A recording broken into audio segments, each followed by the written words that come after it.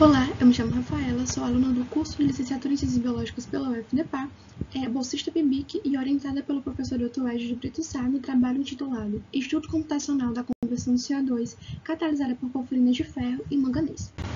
Como nós sabemos, a queima de combustíveis fósseis ele tem aumentado significativamente os níveis de CO2 na atmosfera, resultando em problemas tais como o agravamento do aquecimento global. E nessa perspectiva de reduzir as concentrações de CO2 na atmosfera, muito se tem estudado a respeito da fixação, conversão e captura do CO2. É visto que ele é um gás abundante, barato, não tóxico, não inflamável e uma fonte de carbono sustentável. Entretanto, a sua alta estabilidade ela acaba dificultando que ele seja utilizado como matéria-prima diretamente na indústria. Uma estratégia para isso é a ativação desse CO2 em moléculas com maior nível energético, como o epóxido, que graças à tensão em sua estrutura cíclica, ele favorece a termodinâmica da reação de cicloadição, formando carbonatos cíclicos com estereoquímica controlada.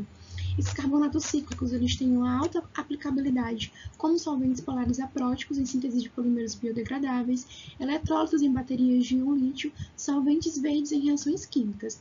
Nesse trabalho, nós utilizamos as porfirinas de ferro e manganês, combinadas ao cocatalisador íon brometo, que juntos formam um sistema bifuncional, onde o metal age como um ácido de Lewis e o íon brometo age como uma base de Lewis. Aqui nós temos o ciclo catalítico da nossa reação, onde a primeira etapa consiste na coordenação do epóxido ao centro metálico, seguido pela adição do íon brometo e a abertura do anel do epóxido, posteriormente a inserção do CO2 e, por fim, o fechamento do anel e a formação do carbonato cíclico, o nosso produto. Nossos objetivos consistem em, através de simulações computacionais, obter informações a respeito do mecanismo do processo catalítico da reação e analisar quais os estados de oxidação mais comuns do ferro e do manganês melhoram a cinética e a termodinâmica dela. A superfície de energia potencial da reação foi modelada usando as técnicas da teoria funcional de densidade através da otimização das geometrias dos pontos estacionários da reação.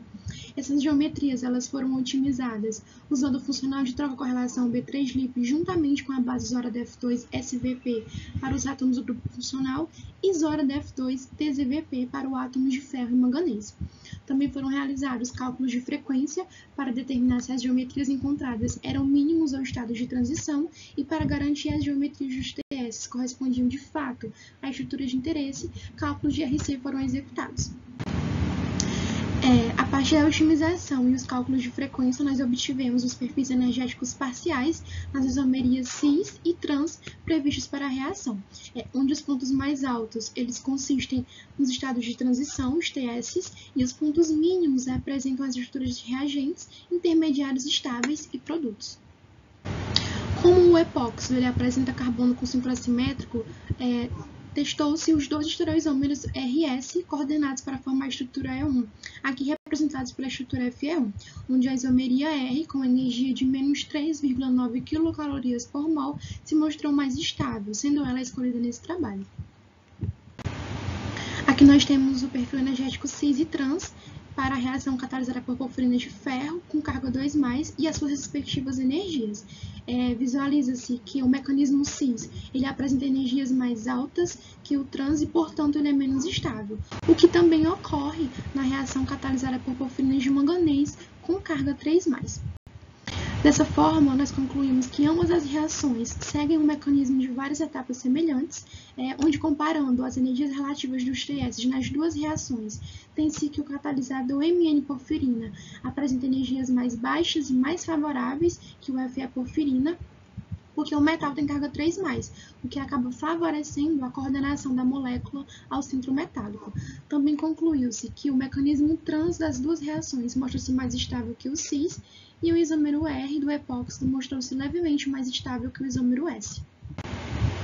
Nossas perspectivas futuras são localizar o TS2, modelar o mecanismo da reação em diferentes estados de oxidação e analisar quais os estados de oxidação mais comuns do ferro e do manganês promovem a melhor cinética e a melhor termodinâmica para a reação. Essas foram as nossas referências. Eu agradeço ao apoio financeiro da Universidade Federal do Parnaíba, pelo programa PIBIC, e o apoio tecnológico da Universidade Federal pelo Senapad, onde os nossos cálculos foram realizados. Muito obrigada.